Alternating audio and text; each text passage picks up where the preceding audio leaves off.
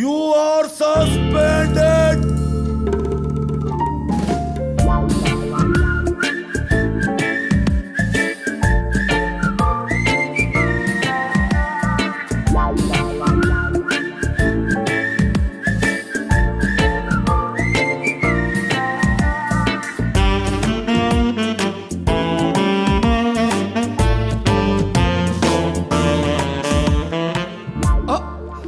ಆ ಸಸ್ಪೆಂಡ್ ಆಗಿರೋ 6 ಜನ ನೀವೇನಾ? ಸತ್ತಿರ್ಬೋಕಿ ಜೀವನ ನಮ್ಮದಲ್ಲ, ಖಾಲಿ ಕೂತು ಬೋರಾಗಿದೆ.